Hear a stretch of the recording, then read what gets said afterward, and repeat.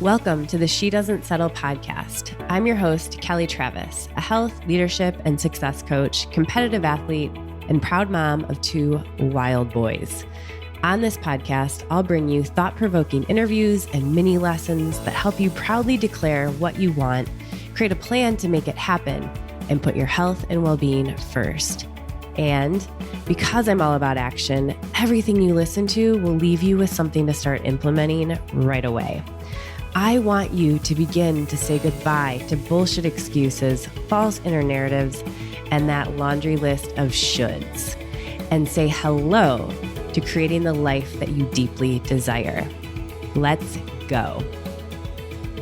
Well, hello, my friends. Welcome to another episode of the She Doesn't Settle podcast. I am your host, Kelly Travis. I took a little time away, and I hope that while I was away, you were able to perhaps binge some episodes that you didn't get to listen to, or re-listen to those that maybe you needed some reminders from. I do that often. And listen, there's a good reason I've been away, and I'm going to share that with you today. And I am so glad to be back. It was a much needed break, but I've been busy planning. So it hasn't really been a break. It's just been time to do the other things. So with that said, I want to share with you what's been happening.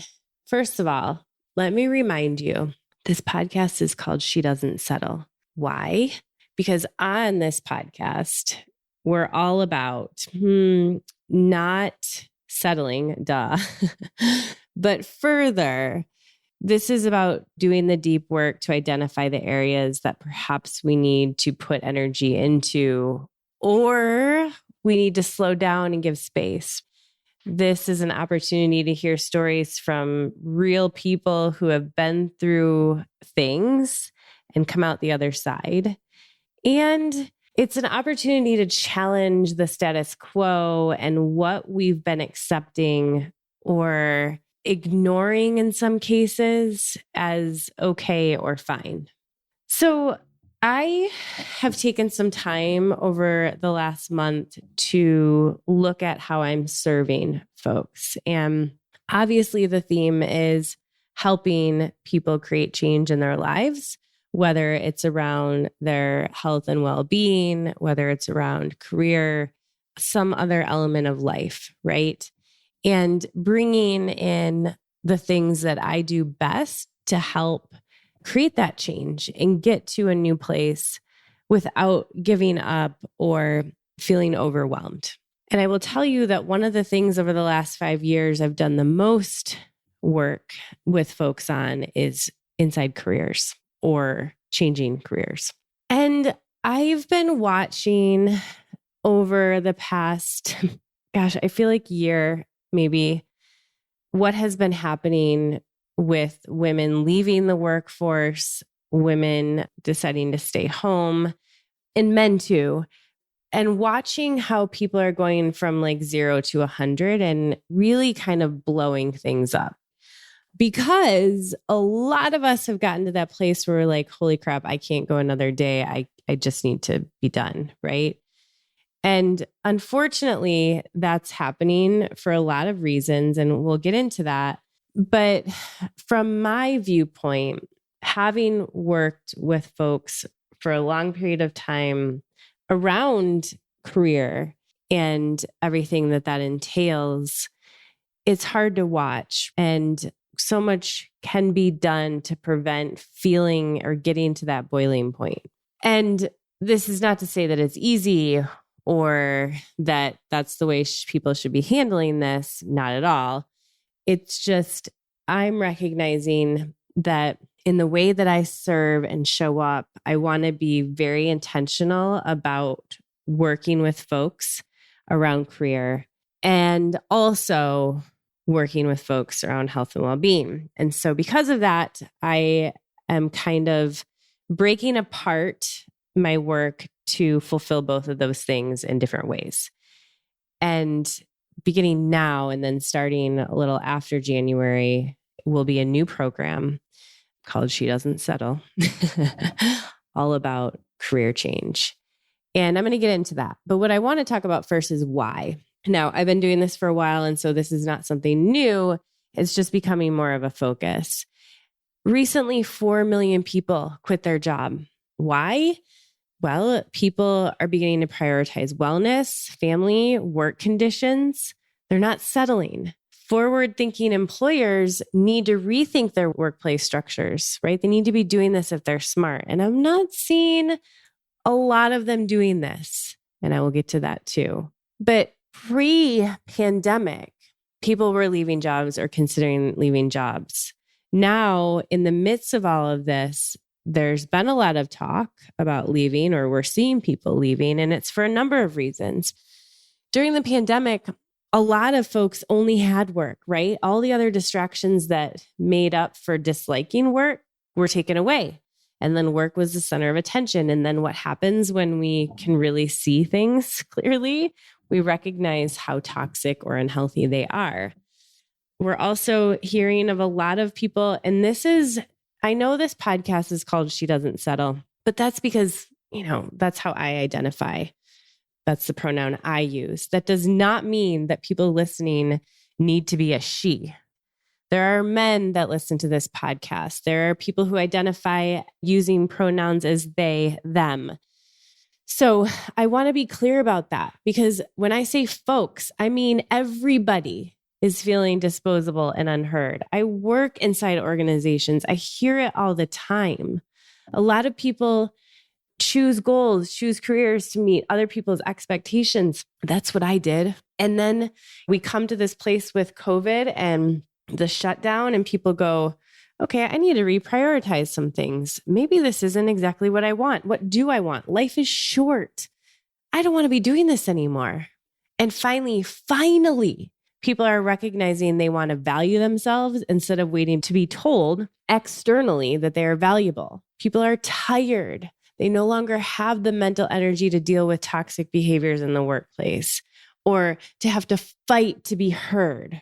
I hear that all the time too, from men and women. I want to be clear here. This is not just a female issue.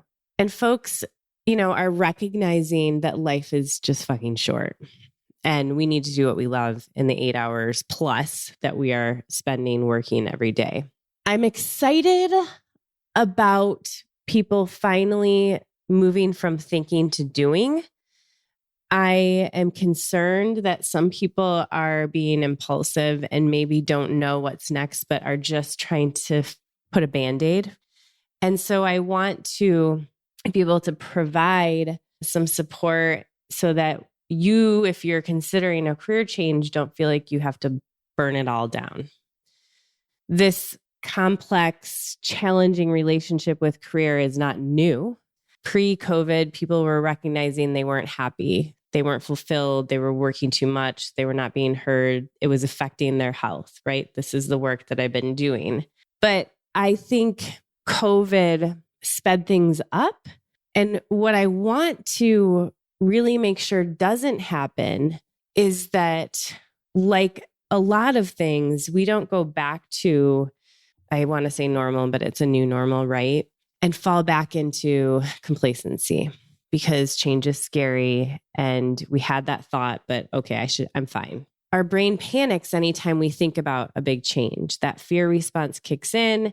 You start to hear things like, you're fine. You should be grateful for what you have. It's going to be hard to find another job at your age. All of those things, the brain wants to protect us. And so we have to pay attention to those excuses, that voice that shows up when we're in the midst of thinking about change. What I know to be true, regardless of what the goal is, when we think about change, we can get stuck in the thinking. We get stuck in the thinking and the listening to the podcast and the reading the books and the listening to people share their stories, and then no action ever occurs. We can spend years thinking and not doing. Here's what I want to remind those of you who are thinking about career change. Remind yourself that deep down, you know that if you ask for the promotion or start using your voice more, or switch employers, or change careers or industries, or start a new business, or go back to working for somebody and leave your business, you'll feel better. You might have more energy. Hell, you might even be happier. So I want to keep showing up, reminding you that you don't want the what ifs to get to you. What we're seeing now and what I'm seeing in organizations is there hasn't been a shift in how folks are communicating. There's inequity around communication. Some people are working from home. Some people are in the office. People who are working from home that are on a Zoom call with people who are in the office aren't getting heard the same. There's a lot of challenges, and employers are faced with having to get ahead of this and do something. And if you're working for a company that's not doing that, it adds to the stress, right? It adds to the disappointment. So when you're not engaged in your work, that plays a part too. So we can identify who is thinking about change, right? You might be in that category. You might be in a place where you're becoming more and more open to taking change. Maybe you feel like you're not being heard. Maybe you're recognizing your value and are tired of others not. Maybe you're finding that your health and well-being is directly tied to your 9 to 5 and you need to do something to change that because yes, life is short. But here's the thing, and this is what I tell my clients. You don't have to be part of, it's 2.7, I think is the number, 4 million, the 4 million who have up and quit their jobs and blown it all up. You can be strategic. You can do what feels good to you. You don't have to make rash decisions. Because that can end up also causing a lot of problems, insecurity, a lot of stress, and that is something we also don't want to do. So how do we go about this? It's just like anything else I've talked about in broad strokes on this podcast when it comes to change. You have to take the first step. And that first step depends on where you're at. Maybe you're still in the thinking phase and you're rationalizing and you're having these conversations with yourself about, I'm fine and I need to be happy where I'm at and I'm too old to make a change. That's not action. That is just spending a lot of time in your head. That is your brain keeping you from actually doing something with it. And maybe you listen to podcasts like mine and you get excited and you think about what it could look like if you did make a change, but you don't get there. It's going to feel scary, but the only thing that's going to move you forward, and we know this, you've heard me say this, is action. But here's what I'm going to come back to that I talk about all the time, and that is action can be simple. It doesn't have to be this seismic shift that you make. You don't need to have all the answers and make a dramatic change in order to have a change. You don't need to leave the job. You might just need help using your voice or setting boundaries or asking for a raise. You might want to go for a promotion, and that's intimidating as hell, but that doesn't mean you can't. You might have come to the point where you still love what you do, but the organization you work for isn't handling COVID times, and it's gotten kind of dicey and you're not enjoying it. And they aren't responding to the changes and addressing communication or supporting folks. And so you're thinking, maybe I can find a role at a different organization, but that's scary. Or you might be ready for a huge swing, a huge shift, but you don't have a clue what that is or how the heck to start. You might want to change industries or even start your own business, or in some cases, I've heard on the flip side, go back to working for someone and leave the business behind. These all are dependent on where you're at. It doesn't have to look one specific way. Regardless of where you're at, you're probably thinking about it, and that's not acting. Just keeps you in this place of complacency. And in many ways, like dread and resentment and frustration. And it wreaks havoc on your overall health and well-being. And you know, I'm not about that life, because what we know to be true and what I talk about all the time when it comes to our health and well-being, especially our mental health, is that our career impacts that so much. So if you're in this place, how do you approach it? How do you approach it so it's not overwhelming? How do you approach it so that you can come at it from a place of, I don't have the answers now, but eventually I will. We feel so much better when we're in motion, when we're doing, than when we're in the thinking phase. And so anything, whether it's jotting down ideas, exploring opportunities, doing that work, surfing LinkedIn to get ideas of what could be possible. Those are actions. You're not leaving your career today, but you're taking action to slowly kind of dip your toe in and see what's possible and get your brain comfortable with the idea of the potential change instead of shocking your entire system. Now, I will tell you, I'm the queen of impulsivity. I'm kind of gritty when it comes to change. I like it. That's why I moved so much. And when it comes to my career, I love change. I just like to keep it spicy. And I was in corporate for a really long time, and I've shifted actual industries multiple times. But for me, it came down to health and well-being, and I'm chasing a goal I don't want. And I know a lot of folks who are in jobs and careers that they ended up in because somebody told them they should, or it was expected of them, or it seemed like the next step. And it doesn't have to be that way. So I think it's important to note some things that happen when we start to evaluate career and look at what's possible. And in this new program, She Doesn't Settle, you don't have to come with the answers. We do that together.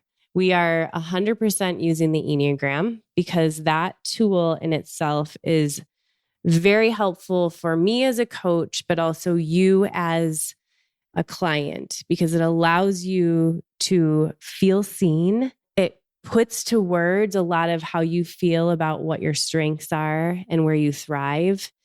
And for me as a coach, it helps me to know who you are, what center of expression is dominant for you, so that I know how quickly we need to move or how slowly we need to move.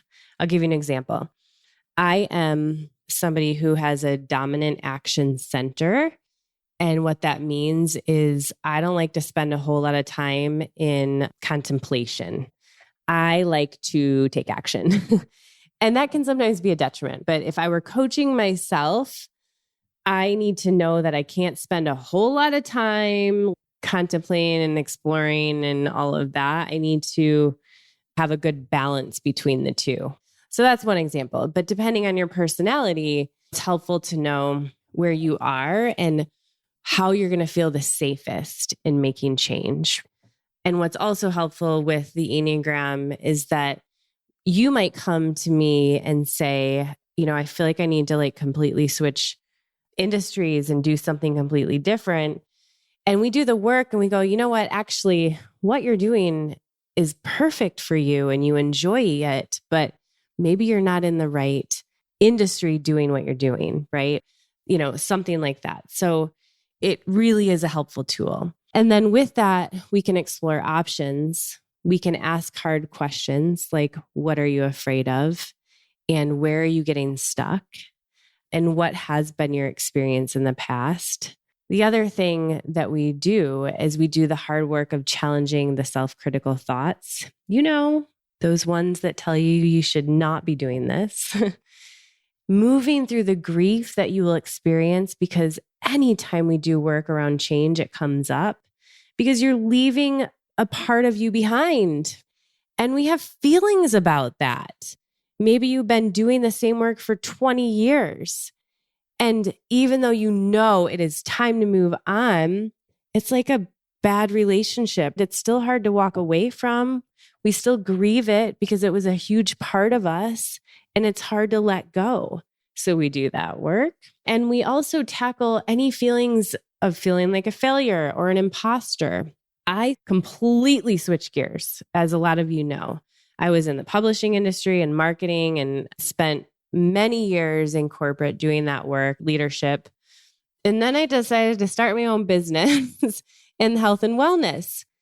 And I was known for being in the publishing industry and doing that work. And when I came out with my business and started promoting, I felt like everyone was probably saying, who the hell does she think she is? Even though my actual education and what I went to school for is in public health, I still felt like I didn't belong.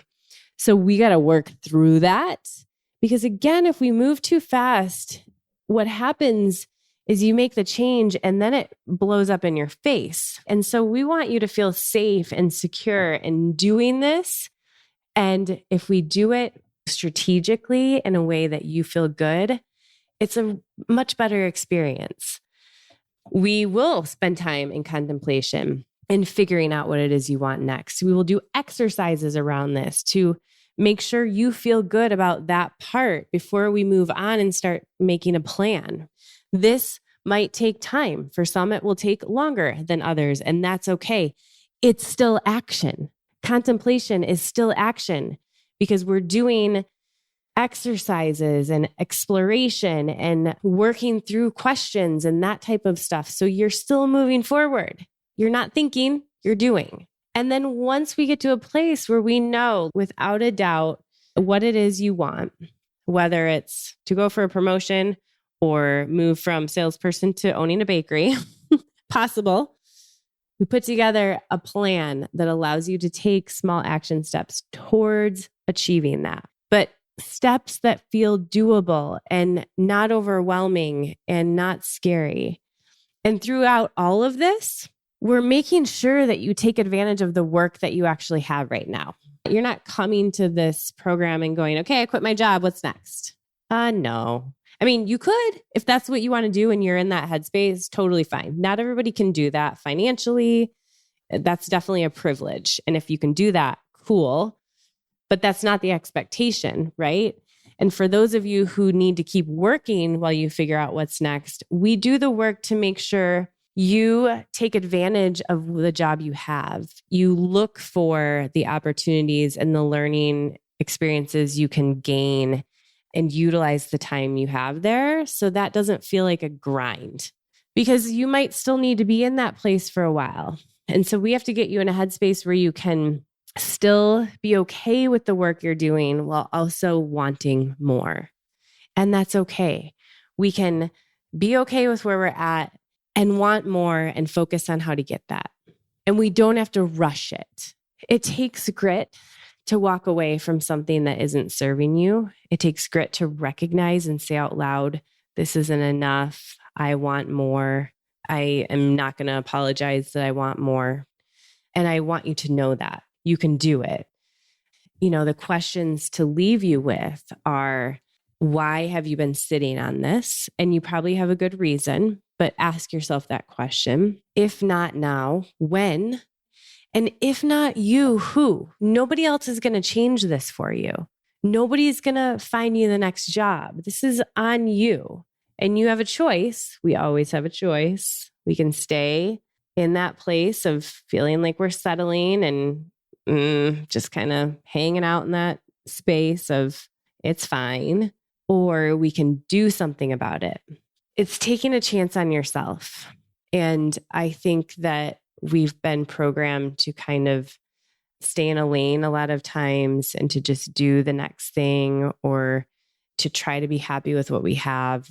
And it's important to give yourself permission to feel afraid and to also take a chance on yourself. So that's what I've been working on. On top of that, Ascend is still going to be around with a health and wellness focus only, and that will be the membership program. So it's an ongoing thing and far less of a commitment, but a whole lot of accountability and support when it comes to health and well-being.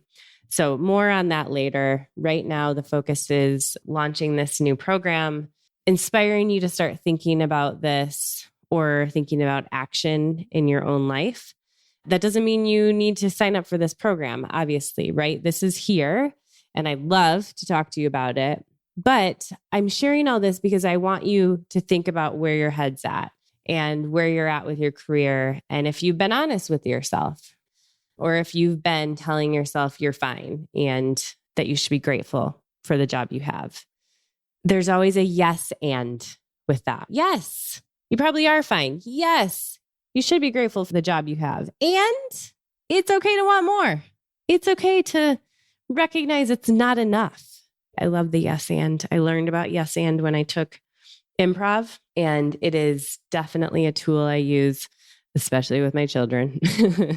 But in my brain, yes, I can have two different feelings about this, and that's okay. So if you are interested in learning more about this program, I have opened up enrollment, and I would love to talk to you about it. You can reach me to talk about it in two ways. One is you can go to kellytravis.net/SDS, as in she doesn't settle. And you can just drop your email in and then I'll contact you. Or you can send me a direct email at support@kellytravis.net. Just in the subject line, put she doesn't settle. And we can chat about it. I am opening it up to 10 people. And I'm really looking forward to doing this work. You get one-on-one coaching. We have group calls to talk in real time about where you're at and to do a lot of the work around the challenges that we face when we're doing a change like this or contemplating a change like this. And then we have a private group to support one another as well. And a retreat, because I love retreats. So lots of good stuff. And the retreat will be really heavily a deep dive into Enneagram and doing that work so you can really feel like you understand yourself and others, because it's a great tool to have just in terms of communication. The next few episodes, I'll be doing some case studies around folks I've worked with in career and how Enneagram has helped. So next week, we'll be discussing an Enneagram type and what that looked like and the change that she made and how knowing her type helped me in coaching her. So look forward to that. I can't wait to hear from you. And I'm so glad to be back. If you have any questions, please reach out. And don't forget to find me on social. Instagram is the best at Kelly T Health. And give me a shout out or send me a DM to chat. Okay, I will talk to you soon. Thanks so much. Oh, and if you happen to know anybody that is in the midst of thinking about a career change and feel like this would be perfect for them, please pass it along. Share it with them. That would be wonderful. Okay, thanks so much. Peace out.